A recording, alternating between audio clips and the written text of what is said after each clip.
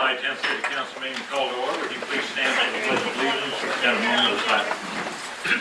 I pledge allegiance to the flag of the United States of America and to the republic for which it stands, one nation, under God, indivisible, with liberty and justice for all. Thank you.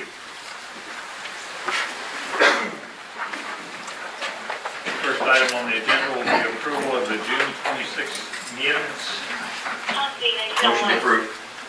Second.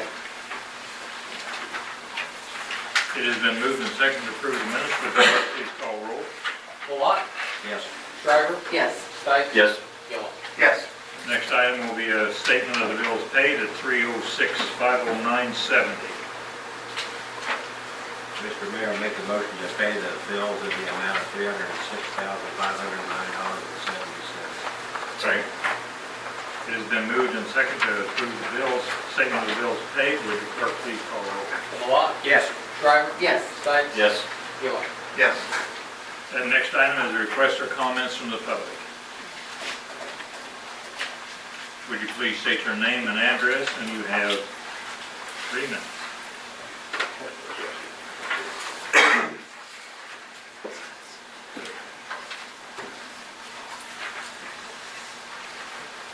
Mayor, City Council, staff, ladies and gentlemen, I am Merle Bland. I live at 8311 Garfield Avenue, Kansas, Kansas, 66112, and I represent Business West tonight. Thank you for the opportunity to address the Edwardsville City Council. As in past years, I will ask that you hold the line when it comes to property taxes for the city of Edwardsville. Business West has about 80 members, mostly small businesses. Property tax are a major consideration for most small businesses. It is also a consideration for businesses who are considering moving here. Property taxes are also a factor that affects residential development. It appears that property valuations in Wyandotte County will increase. I would hope this means that taxpayers could expect some relief. Thank you for your consideration. Thank you, Merle. Thanks, Merle.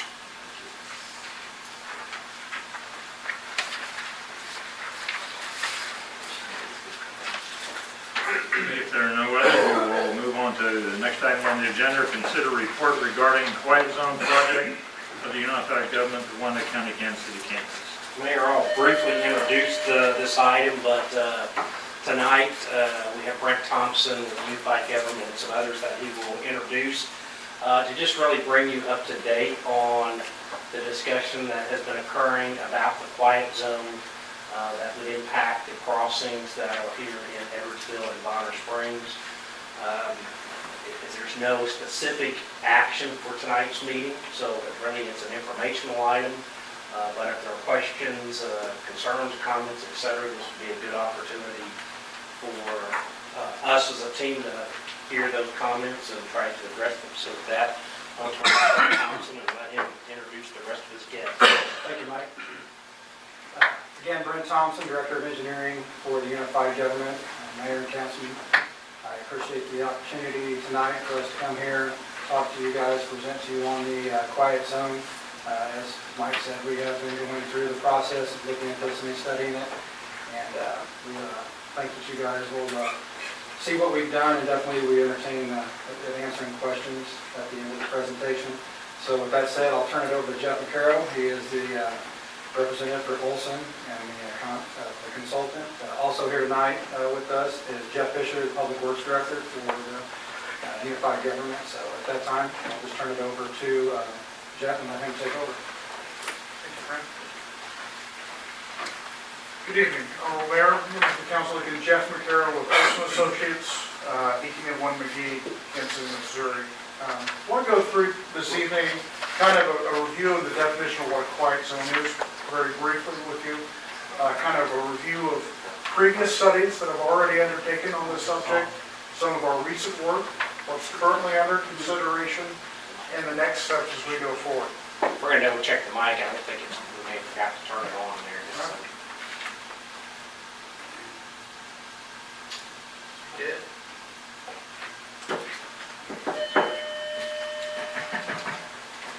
Where's the batteries out? Is it turned off up there? Yeah, everything's on, I think.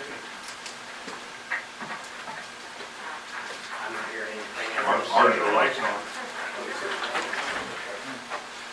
Go ahead and we'll catch Like it. that karaoke. Speak very loud. I was gonna say, raise your hand if I need to speak louder, and I can certainly do that, and try to project a little bit there. Very quickly, and maybe a refresher of what a quiet zone is. Nearly 100 years ago, the FRA, the Federal Railroad Administration, actually set out a simple rule for railroads, and they said that when a train comes across a public at-grade intersection, they're to blow their horn as they cross it. The train rule, or train board rule, establishes quiet zones when a series of other improvements are already in place that reduces risk. Basically, it says the railroad does not have to blow their horn at a public street crossing. And that is in essence what a quiet zone is. However, the one distinction that, a couple distinctions, one, private crossings don't really fall into this venue necessarily, but the other one is that safety remains paramount to the railroad.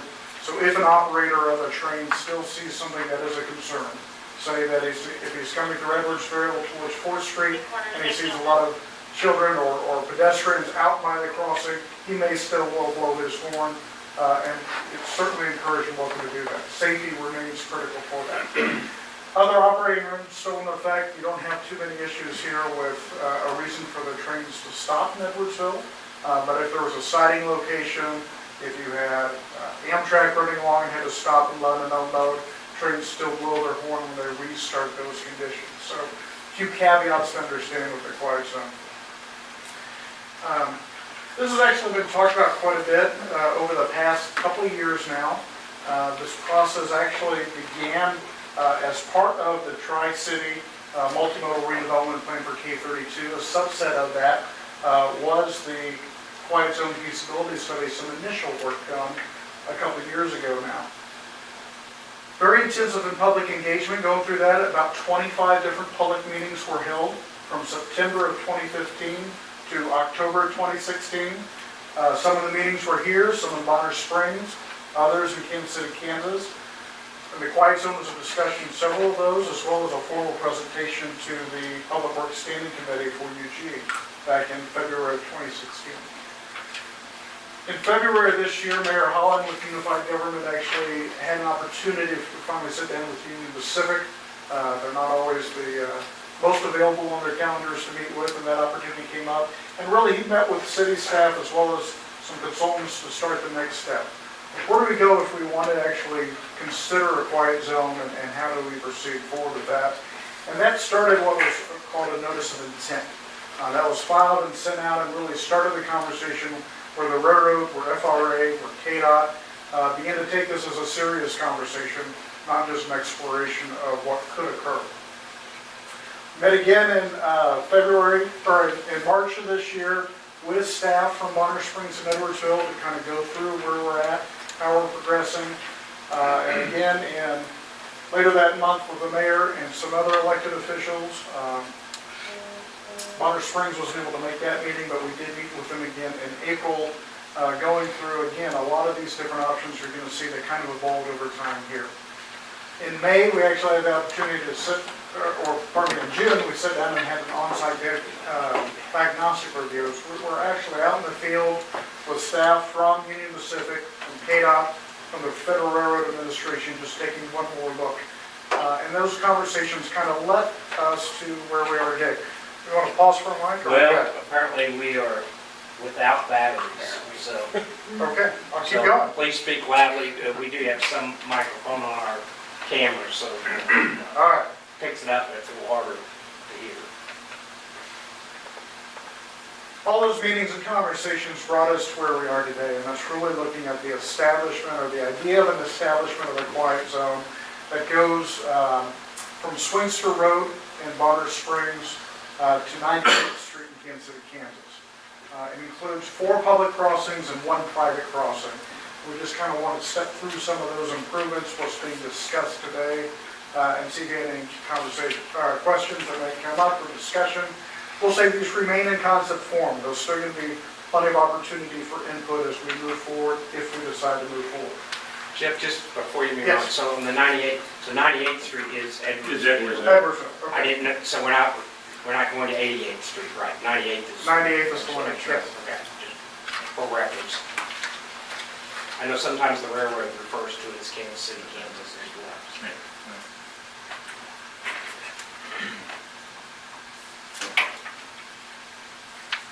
Starting at Swinster Road in Bonner Springs, the improvements and basically what's being talked about in this area, blow it up a little bit, is that we'll be constructing a raised median on the roadway, adding curb and gutters to the roadway, and that's really being done to give a protected area for vehicles where we don't have to make any physical improvements to the actual gate crossings that exist today. It's one of the themes you'll see throughout a lot of these crossings where we go through and we'll add a median, but today there's just a small shoulder or even just a ditch going back in and adding a curb and gutter. What these improvements do is they actually keep or heavily discourage people from driving around the gates when they are closed. So that's one of the safety improvements FRA looks for to make sure that if we designate this as a quiet zone, we're going to make some safety improvements. Today, without the median, vehicles, and sadly we've seen this from time to time, they will just drive around the gates, ignoring those crossings, and obviously when you have a lot of train traffic like this crossing has, that's an unsafe condition. So those are the improvements that are looked at this location. Holiday Sands is actually a private crossing, and as we look at that, it is between two public crossings. So the improvements needed of this is really just adding some signage, some stop signs when they cross, a notice to warn drivers that this is a no train horn place, that they won't be blowing their horns, and just to notify them of that. The next one, and this is probably the most interesting and without a doubt the most complex option that we're looking at, and that's here at 4th Street. And at this location, we've actually got some different alternatives that we might move forward with over time. Just like the other we looked at Swinster Road, we're constructing some raised medians and also adding curb and gutter on either side of the roadway. We are extending the sidewalk that exists on the west side of 4th Street to cross. It would cross behind the gates, so pedestrians could still move back and forth and provide them probably an enhanced crossing from what exists today. The challenges here really come down to some, and these are largely private roads, some are public, that we'll actually have to close off. And those locations, we have a few different options. If you look at the northwest quadrant, moving that and looking at some sort of turnaround, blow up here a little bit. As we close this off, we might look at some sort of turnaround as you have a public street coming down behind the bank here. On the east side, one of the options that have been talked about as part of that K32, the Tri-City plan that was developed here a couple of years ago, was actually build a road connection through one property here, so that as we close this roadway, it became a little bit safer and we could provide them better access there. One option that came out of our meeting here a few months ago that the city talked about was maybe looking at rebuilding 5th Street so that we wouldn't have to take any of the structures there. This is a location in which we've got some options, and as we move forward, if we decide to move forward, we'll sit down and work that out here as we go. Then there's also a private roadway on the south side, and we'll be able to actually close that off one block ahead. By closing these off, again, if you think about the safety perspective, we don't want people turning in right close to the gates or a driveway located so closely that somebody could drive across. That's the reason for those closures, again, to upgrade the safety and make that safer. 9th Street, very similar to what we talked about at Swinster Road, a little bit cleaner, that we'll be building the raised medians and the curb and gutter section along here. And the same thing in 98th Street. At all these locations, we're not envisioning having to replace the gate structures that are out there. It's just working kind of within the existing roadway as we see, but making some improvements to that. The cost of these, because we're not having to rebuild the gates, actually help bring the cost of this project down. Generally, most of these improvements are going to be somewhere around $250,000 for each of the crossings. Fourth Street has some options, and it depends on where we decide what that price range will go. But all total, we're looking somewhere around a $1.3 to $1.5 million project. The next steps is really to decide if we are going to move forward. We will work with the Unified Government to issue a revised notice of intent, and then we'll go through the actual formal survey and design. We will look for approvals of all these projects, including approvals from this body for the improvements within your city, to make sure that you're in agreement with those. The Union Pacific Railroad will actually also review and approve these, and then construction will be let out. Part of the projects will be let by, perhaps by Unified Government to actually construct, others will be done by Union Pacific. And when all those improvements are done, that is when we actually begin to establish that quiet zone. So with that, quick presentation this evening. We're here to certainly answer any questions you might have, and we can go back and look at any of these options at this preliminary level today. How many trains go through here in a given 24-hour? I think they just updated the count, but somewhere around 60, I believe. It's dropped down a little bit since then, perhaps in the upper 40s. I think we're 54, 45. 54? I think at its peak, if I recall, it was about 83 at one point in fairly recent years, I'll say, something within the last 10. So it's about 15 seconds, a whistle every time a train goes through here 5 times. So, I don't take that noise lightly. I know some of the council members kind of disagree with me on this, but I live close to the railroad tracks, and I know how much of a nuisance it is. I would like to see something done, a little bit more explanation. Do the crossings themselves have noisemakers? Do they have like whistles that blow? Just the bells that go when the lights come down the gate doors. One of the things people sometimes talk about are called horn, they'll put in what's called wayside horns, which emit noise down the roadway, but we're not looking at that at this location. Okay, so that's out of the picture, because Yes. at first I thought that was part of the.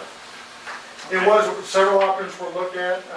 Those actually, they're not used that often in quiet zones, partly because they direct and narrowly focus sound down the road. Well, Councilman Malott lives right across the street from the Private crossing. private crossing, and you're saying that there will not be a whistle there at all either? That's correct. Okay. That's correct. Well, the study where I have researched, it said that the company itself could make contact with the railroad and request that they not blow their horn there. And that could save whatever kind of money you're talking about on that crossing. Well, at that location in Holiday Sands, we're just talking about adding some signage. We're not going to We're not doing there was one time we talked about building major public roadways in that area. We've actually backed off on that. That's the reason we extended it to Swingster Road as well. How many cars cross that intersection? Not trains, but cars? Do we really know that count? It's very minimal. Not very many. And it's mostly trucks, employees I'm looking at. So people that would get familiar with it and know that it's not something that's what I was trying Yeah, to the get general public generally does not go across that intersection. And again, there'll be stop signs posted as well as notices that there won't be to look, but you won't hear a train. And we might have to clean some vegetation out to make sure that the sight lines are. Well, Can you speak a minute to the maintenance on these improvements and also the life expectancy of these improvements? So one of the advantages of some of the narrow roads with the curb and gutter is that we don't have to replace the gates. As such, the maintenance for those crossings, as it is today, would remain under Union Pacific, and they will cover that maintenance cost. So we're not looking at this time for any additional maintenance for those crossings. And what changed that made that $15,000 a crossing, which I think it ended up being $60,000 in Edwardsville? Yeah. And that's pretty good, 15 times more. But what changed to make it where that maintenance goes away? As we progressed in the design, we took some measurements. We sat down with Union Pacific, we clarified a few issues with them, and they agreed with us that with the clearances that we're seeing, we're not going to have to replace those gates, which means the cost doesn't come into play. So it's just continued due diligence and work, going from a more conservative. Well, I could see the upfront cost changing, but there would have been an ongoing year after year after year after year, no matter what gate is there, that's going to be maintained. So Union Pacific's already required to maintain those facilities. Okay. If you had to put in a special structure just for the quiet zone, that is when they would look to pass that cost on Okay. to other entities. Okay. Because we don't have to do that, they've taken that. So I have a couple questions regarding the road improvements at 4th Street, and that's because I think that's probably our biggest one. And if we can go back to that map.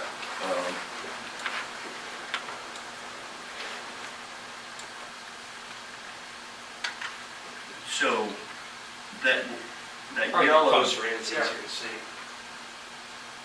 There we go. There you go. the yellow depicts what? That's the existing roadway that we would also resurface at that time. So as you go through, add the curb and gutter, we would mill and overlay the roadway, so it's a good. And what is that distance? We would have to, it looks like it's about 100 and, couple hundred feet to the north and 150 feet or so to the south. Okay. So how does the,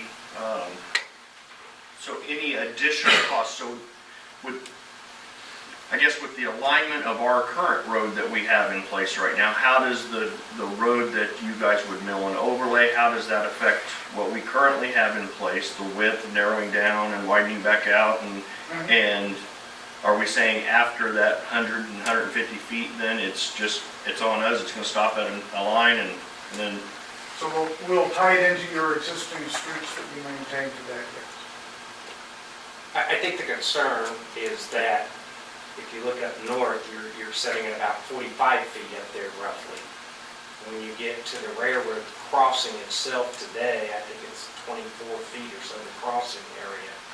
As you go south, it narrows down curb and gutter to about 22 feet, and then you come.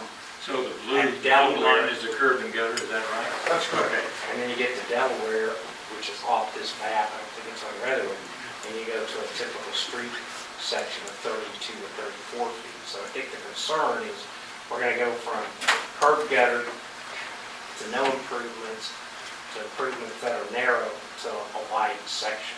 And I think that's what we've expressed in the past, is how do we tie all this together, which may require, which is going to be one, it may require one of those signal arms to get moved. I mean, sure, we can squeeze it in, but I think the bigger question is, how is that improvement going to be really from K32 flowing through to where the existing curb gutter section exists today, regardless of who the cost is at this point, but how does that, what are we doing to ensure that's going to tie together? Yeah, that's one of those factors as we move forward into full survey and design that we will work out with you as well. Moving the, if we can avoid moving that gate, that avoids a lot of delays, additional costs as well. So if we can keep that roadway in that, we would certainly design it to meet current design standards. ASHTO, APWA level design standards to be sure it's a good facility. But certainly, we do have those. yeah, That's a we've got challenge. some issues there. There's a lot of answers that will have to be answered as we move forward into the actual survey and design. I had a question on the railroad, that's railroad right away where you've got your tenant who's gonna close the streets anyway, they can close that street if they wanted to anyway, couldn't they? They could, yes, Where the black cross marks are. yes. Understand that's in their Right. right of way, yes. Now, the one behind They're on the other side where the bridge is. Would that be a railroad improvement, or would that be a city improvement? That would be a city improvement. Is that right? Well, what we understand from the railroad in recent times is they're going to remove the old wood bridge. Okay. Technically, there's language going back that they own that bridge, and we pulled all those documents up to where they said we will remove the bridge, because the bridge itself is not on the bridge structures as it should be. Sure. And it is dangerous and it is not usable for vehicle traffic. So I think the railroad's going to remove it. I think the question is, do the dollars that might go into purchasing a property and building a road, do they go into building the culvert? Because Fifth Street would have to be built. I mean, there's, you got 300 or 400 feet of road. Yeah. Basically, you got about 300 feet from K32 down, and south of the railroad track, you got about 500 feet till you get to the curb and gutter section, give or take. So, now I will note that the road on the opposite side is not within the right-of-way, I don't believe. Maybe some portion of that is behind the bank, but it's a matter of you can't have these access roads interconnecting anywhere where that median is. Where the median is, yeah, right. And I think there is a proposal, we might just, you'll see like a purple line to install fencing in this particular area to discourage. You can see it, there's a lot of traffic, manual traffic, people walking across generally from the mobile home community that come, walk across, connect to the roughly what would be 3rd Street to go to the convenience stores, the banks, and over to Dollar General. Route them to 4th Street. So we route them to the sidewalk area. Who would have the maintenance on that fence? I don't believe that's been determined. I don't know. It was a question that was raised, whether that would be Union Pacific's requirement or whether they would defer that to the city for maintenance. Obviously, the city maintaining, fencing itself is fairly negligible. The question is the growth that gets into the fence is always the challenge. Maintenance. That's a Can problem. you talk a little bit about the lane dividers there? What is that made of? Those are generally concrete, taken up, and depending on how much room, there might be room for pavers in between, or it could just be a poured concrete, 6 to 8 inches tall. So if there's an accident in that area and it's damaged, who's responsible for replacing that? So that falls back to the city in the process for damages within your streets and right away, how you address those. And life expectancy of those? Well maintained, I mean, we've got curb and gutter sections in parts of town and like this that can last 20 to 50 years. Will there also be signage at the other locations besides the holiday scenes, additional signage? Yes. How far back will those go? Is that just going to be right by the railroad, or is it going to be There's further some back? advanced warning signs as well, typically installed there. So we'd install those for FRA and KDOT's requirements as far as where you put them. And the maintenance on those? Again, if it's within your public right of way, we'll fall to the city. Mike, do we have a proper road width to account for that kilometer in the middle? Well, we typically, a road today, the general 2-lane width of a road, with or without a median, generally have 32 foot in there, 24 to 32. I think, if I understand, these are 12-foot lane widths and then curb, and then the median was 4 to 6 feet in width, if I recall. Somewhere in those, and we'll finalize that as we go forward in design. The standard lane width for most major roadways would be 12. We see a lot in a lot of collector roads and smaller streets that are even 11 or 10 foot. Obviously, this 4th Street is our major concern. Right. Yeah, the other 3 are, Pretty, they're already fairly wide. This one here is just narrow anyway, especially on the south side of the track. Mr. Mayor, I have a question for the chief. Sure, go ahead. Any concern to getting the big fire truck through there? No, because once they put curb and gutter, it'll probably come in no parking on the sides there, like most of the streets. And as long as it's within the design road widths of most of our roads, as they move forward, we should not anticipate any problem with fire apparatus. I was gonna ask the police chief what he thought about the closure of that, we call it West Pacific Street, with the closure of that, and the access to the gas station over there where you're going to be flying through the bank parking lot, the ATM machine, and the post office. You foresee any big issues there? I don't. I think the traffic volume there is typically minimal. I think part of the plan going forward is, and we've talked about this on two fronts. As you know, we have a separate PSP plan where we're looking at that general area as well and get into some additional details that hopefully will overlap with this so that we're not, for example, putting a road in and then turning around and it doesn't make any sense. So That's where I was going to go. that's ongoing and they are aware of that. I think the second thing is as part of this process, it'll happen in both of these processes, will be some local public engagement. I know with the PSP project, one of our meetings will be with the property owners in and around this particular area. And I know that there are some plans to hold some public meetings around this as it moves forward to, gather input as it moves around. So hopefully between the two, there'll be some, because it does have an impact on bank, because people enter the bank from the south side of the bank, and even though you go to the north side, you got the ATM, if you come through the drive-through, that's some of the things we talked about. So how do they come out? Do they turn around and go back up? So I think They'd still be able to utilize the parking Right. lot today, which Right. would not have a median restriction. Right. So, So the meeting won't go back and cover that bank parking lot. That was another concern that most of us had too, is that the effect it would have on the bank parking there. So it looks to me like it's open. The Fifth Street improvements would be a city cost? Well, Fifth Street over here, or, and I would refer to that generally as Third Street. I don't know if we did on the other side of the bank, over here. over there, and/or I think Fifth Street would be where you have to have a future culvert installed that you have a blue. So I think the question, if I'm correct, is, so if we replace the culvert as the access point, then is the cost related to the road improvements that would have to go from K-32 down to the current frontage road, is that a cost? And that's why you see a range here. The initial construction costs were included in this.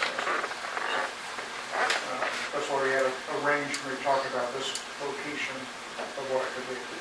Yeah, you had up to 750 on 4th Street, yeah. They did have in the estimate, they had an estimate for the building that would be impacted, I believe, for acquisition and for the construction of that blue road. And I don't remember the total dollars in that, but a couple $100,000, I think, is our total. I'd have to double check. Yeah. We have some numbers in there. Yeah, but there was dollars put into that 1.3 to 1.5 range that included property acquisition and that improvement.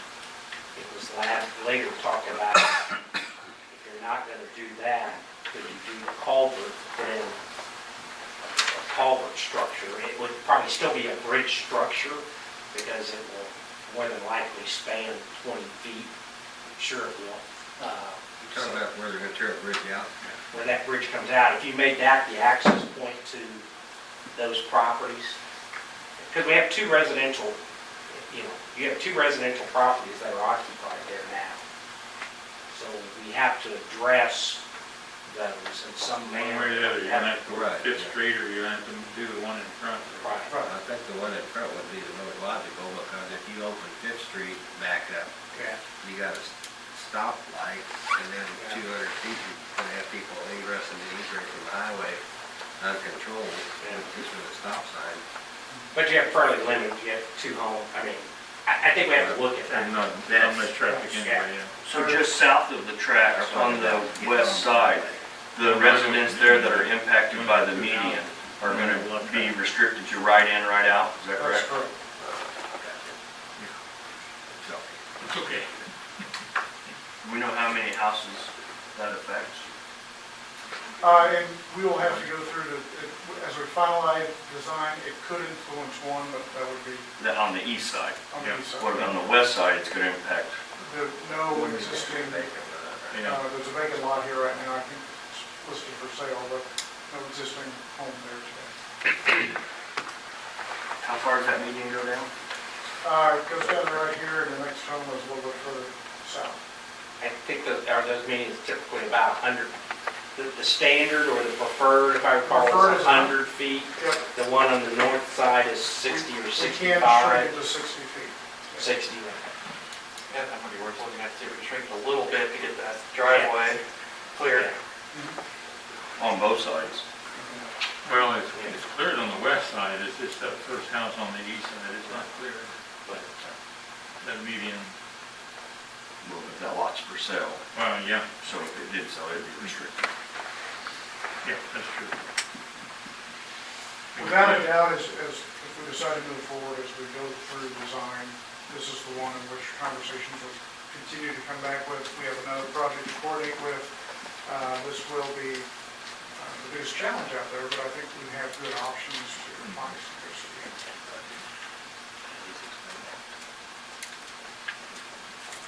I would say after you patch in, you have a little bit of an updated deal, and if you, as you're going through this, have other questions, feel free to contact me and we'll get it to the right people, to the team, and pretty much run everything through Brent. Yeah, one thing down there, if we do this, which hopefully we do, and I mean that, Yes.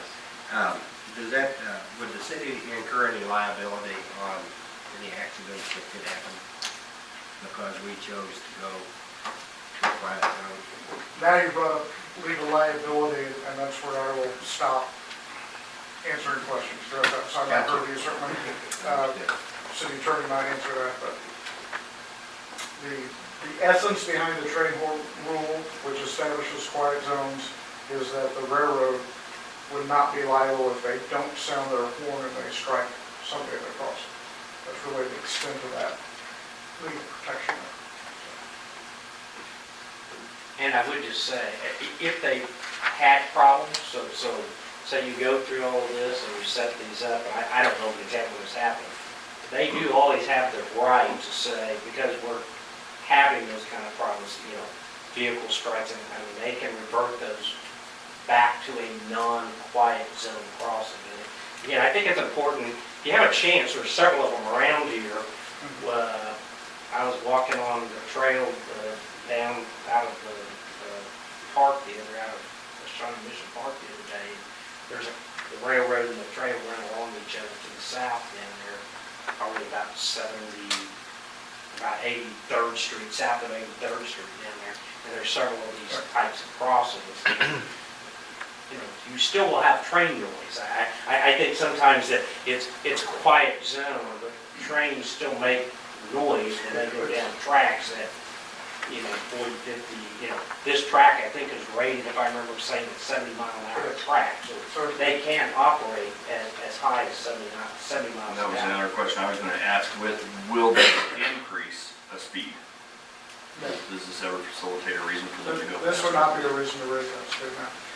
But you're correct, this is probably a better name for this would be not a quiet zone, but a quieter zone.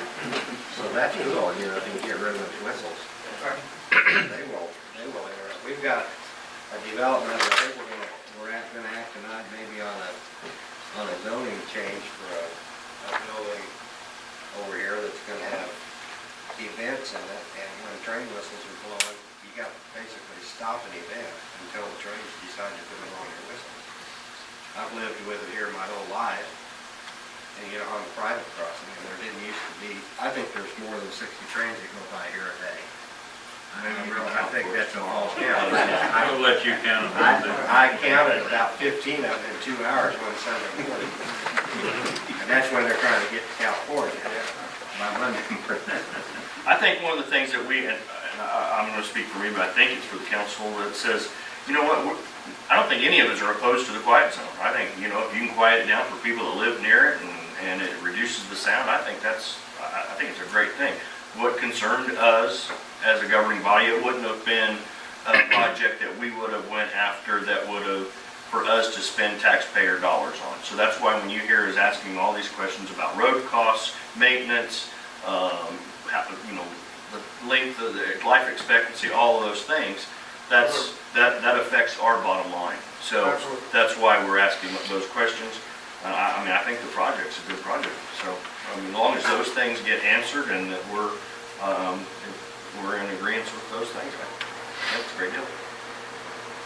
So we are not doing gates at the Holiday Center, that was a discussion at one No. point, they're not required. No, they're not required. At one point, there was a discussion, there's a gate, private gate over there about potentially Yeah, having there's gates. I mean, right now, you could drive up there, you'll see an existing gate that's actually closed and locked. That would likely still remain up there. You know, that 60,000 a year maintenance for those crossings was a major issue, that really was. And even this one here off 4th Street, the cost of this rerouting of that just for 2 houses, then it's going to fall under the cities, you know, whether we do 5th Street or this other option here of, you know, taking out a building and putting in a road there, just a lot of money for 2 houses. Thank you very much, appreciate it. Thank you for coming out this evening, appreciate it. Brad did a great job. Brent, you're welcome to stay and do the next item as well. So like planning items? Oh, no. Next item on the agenda will be consider recommendation of approval from the planning commission regarding a rezoning application for 10648 Clark Drive from AGR to ag residential to R1 rural residential to C3 commercial, general commercial. Mike? Yes, sorry, Mr. Knoppick was unable to join us tonight.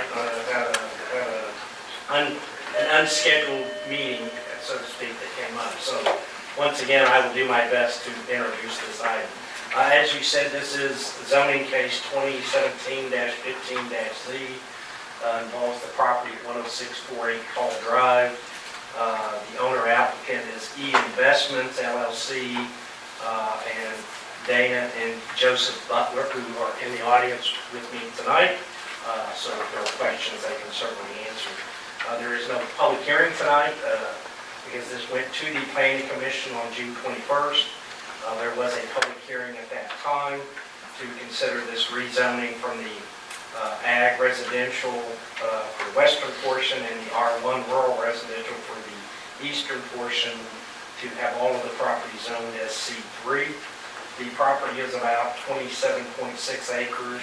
There is a vacant house on the property. You may have seen some activity going on with that in recent times. Is the overview map, did you have that, or is this all we have? Okay, sorry. I thought it might help to see the location map.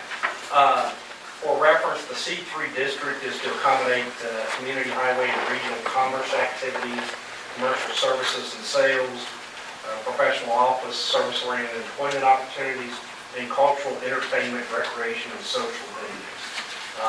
Anything in the C3 district also will require architectural site plan review, and this project, I believe, is also going to require platting. So there are several steps on this process before it is completed. We had approximately 6 people speak at the Planning Commission. Nobody spoke opposed to it, though there were several questions by property owners near this, really just about, there's a trail system that's part of the Lake of the Forest, the golf course, how that was going to be addressed in the future, as well as maybe screening and buffering for the various uses that might be proposed on the site. Those will be addressed as part of the site plan process, and again, there's a public hearing that will be involved with that as well. But we did note those so as we go through the site plan process. This application has been reviewed by the planning staff. It did go to the Planning Commission. The Planning Commission did recommend the rezoning to this property from the current zoning to the C3. What I always note, and I know Dave always notes, when you're dealing with zoning, you're dealing with the use, not necessarily what the intended purpose.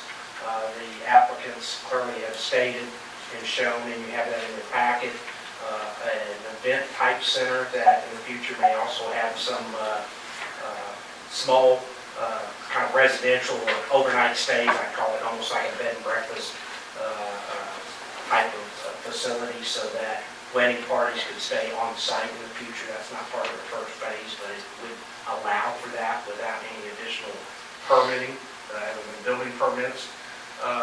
The one thing that we have in this as far as recommendation is it will require the property to be platted and the site plan to be completed or at least initiated during the next year. Otherwise, the zoning will revert back to its current zoning. So if for some reason they're unable to meet these additional steps, then they will move from there. I will say, just having worked with these applicants, they have done their homework. There's quite a few questions at the Planning Commission more about the use of this as far as the event center and the studies and all that. I think the applicants are fully aware that they have additional work to go forward with this project, but they seem to be prepared to move this forward. With that, I would answer any questions, and if there are questions of the applicant, we can ask them to address it too. But again, tonight we are only considering the rezoning of the property. Was the concern of the neighboring trail because it crossed onto this property? It did cross onto this property, and as I understand, during the sale of the property, the then current owner just had concerns about people coming on and off the property for, concerns for liability. So a few people had indicated that they'd been asked not to come onto the property during the sale process. Whether they're going to incorporate any part of the trail into their system, but again, most of this property will remain in its current state. It's fairly hilly, a lot of trees up there, but as they clear out the area, and probably about, I think, around 6 acres of the total site, that will be used as part of the event center, which would include some indoor and outdoor activities and parking, etc. So there'll be landscaping requirements associated with that. But that was the main concern. People just, hey, we walk the trails, we walk through the woods, we go onto that property now. Make a motion to accept planning's recommendation for approval for zoning for 10648 Call Drive from AGR and R1 to C3. Do you want the, And do you want that 2017-15-Z in the motion? Well, one note, we can note that, Okay, all right. as long I as just we wanted to note that clear it that is up, with yeah. the stipulations of the staff report, which is attached with the item. seconded. There a motion to accept and to approve the planning commission's recommendation for rezoning application for 10648 Call Drive. Would the clerk please call the roll? Malat, Yes. Shriver, Yes. Stike, Yes. Gillum, Yes. McTaggart. Yes. Zoning favor. Yes, I know. Okay. You looked at me like we lost our minds. We do that for every reason. Yeah. Okay. Advisory report. I have just a couple things since our public works director is not here. She was ill this evening, and so I'm kind of covering that. But there hasn't really been much more work on 102nd Street and Richland. Utilities are being relocated. I think the last outstanding utility is Howlett, which is KCP&L, so I expect that to be done fairly quick, so the project moving forward. On our street maintenance that we approved, those projects, I think it's slated for the week of July 24th, and approximately a 2-week time frame to complete that work. We did talk to them about some additional work, which they are interested in holding those current prices and doing some additional work, but they wouldn't be able to get to it until later in the summer anyway. So as far as trying to capture them while they were here, they couldn't do that, but they were willing to hold those prices, which is very important for us. Great. As you notice up north, the project, the Village South project continues. The temporary detention pond is working, apparently. It's full of water. It's exactly how it was designed, so it did what it was supposed to do. They are doing the sewer up there. I think, as you noted, they're doing some blasting, but it's it's deep. It just fractures the rock. It's not an uncommon process.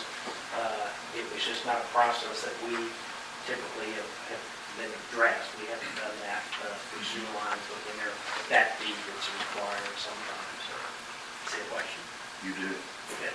Where are we at on the last remaining estimate? That case has been filed in the district court. It is set for the appointment of the appraisers, I believe, also that around that same time frame, third week or so of July.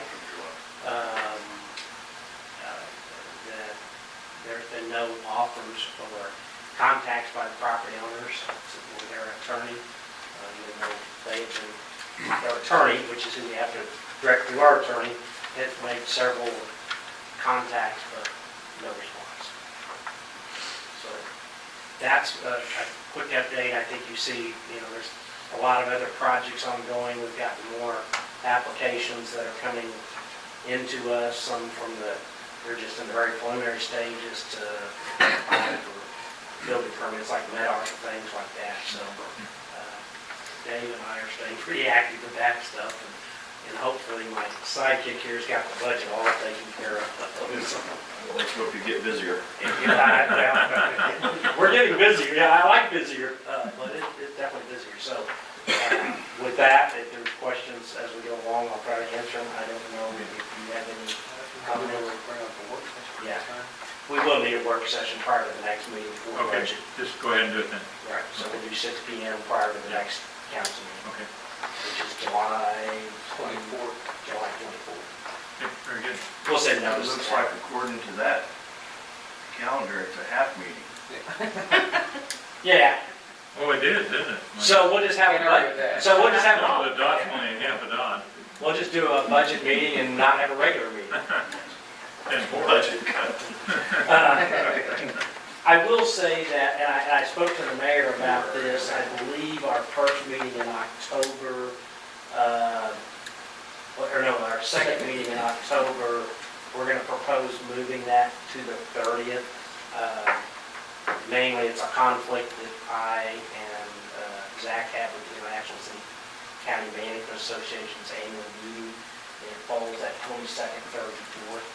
If you all don't want to do that, that's fine. No, I think we'll do it. Here. It works well because we have 5 weeks that month, and so we were going to have a 3-week gap between meetings, one way or the other. And we'll just figure on doing it. Yeah, we'll have Yeah, we'll to adopt a do that. resolution or an Yeah, ordinance. I'm not sure. I remember vaguely that. Because we're amending, Yeah. because the code says you're going to have a second and fourth every month, and you have to take some action every second. FYI. Okay. Chief and Peace. I don't have anything, sir. Chief Whittem. Got the report. Goodness. Not even talking about a fire or nothing. That's all right, Dave. Okay, They've been busy. I will say. I know that I asked you before the meeting if this hot weather needs to be out, the loonies around. So, It's warm. yeah. Okay. Jason. We have a work session in 2 weeks. Anything that we need to be thinking about and working on prior to that work session? I think things are looking pretty good. We're going to finalize revenue numbers. Again, we're still looking at a no change in the mill levy and looking if we can adjust it between debt and the general fund, and then we can look at that. Probably the biggest change, kind of operational change, is going to be on the wastewater side, and the contract that we approved went to the standing committee. I don't know if it made it to the last UG meeting was scheduled, but there were just people not available for the July 4th meeting. So that particular part, the sewer or the wastewater part, you'll see, numbers are gonna change a lot because of just revenues and expenditures. But other than that, I've not heard anything too much. I mean, we talked about staffing, future staffing for fire, and et cetera. So there will be some staffing additions, clearly in the wastewater side.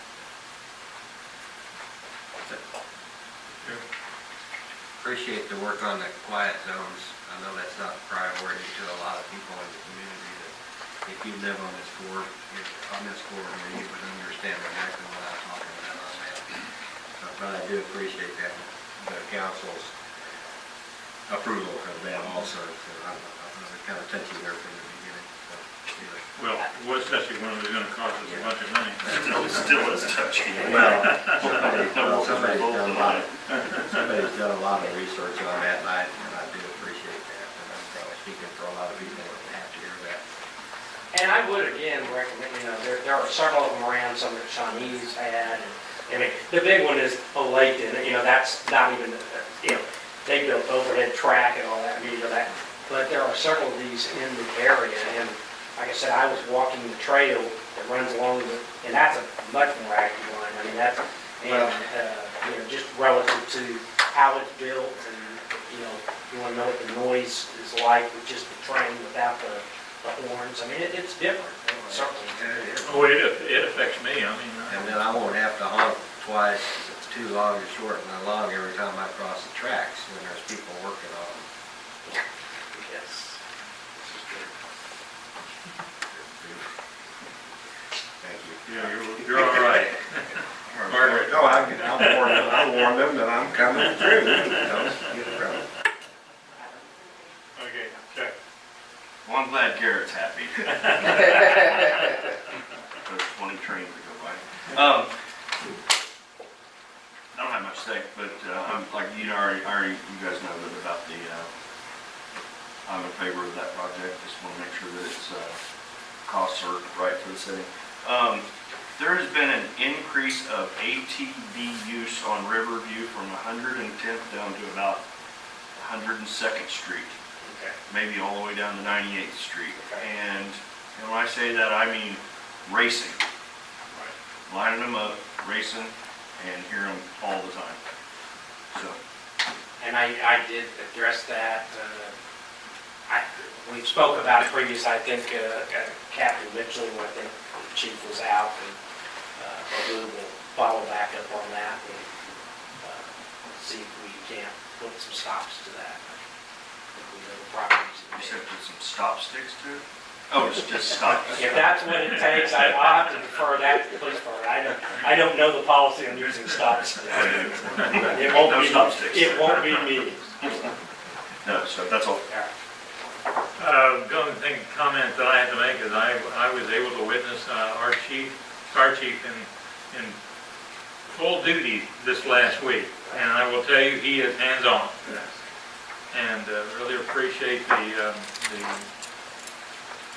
mutual aid we received from Bonner on that, because the guys were really busy and it was really hot there. So Chief, commend you and your department. With that, we are adjourned. Thank you.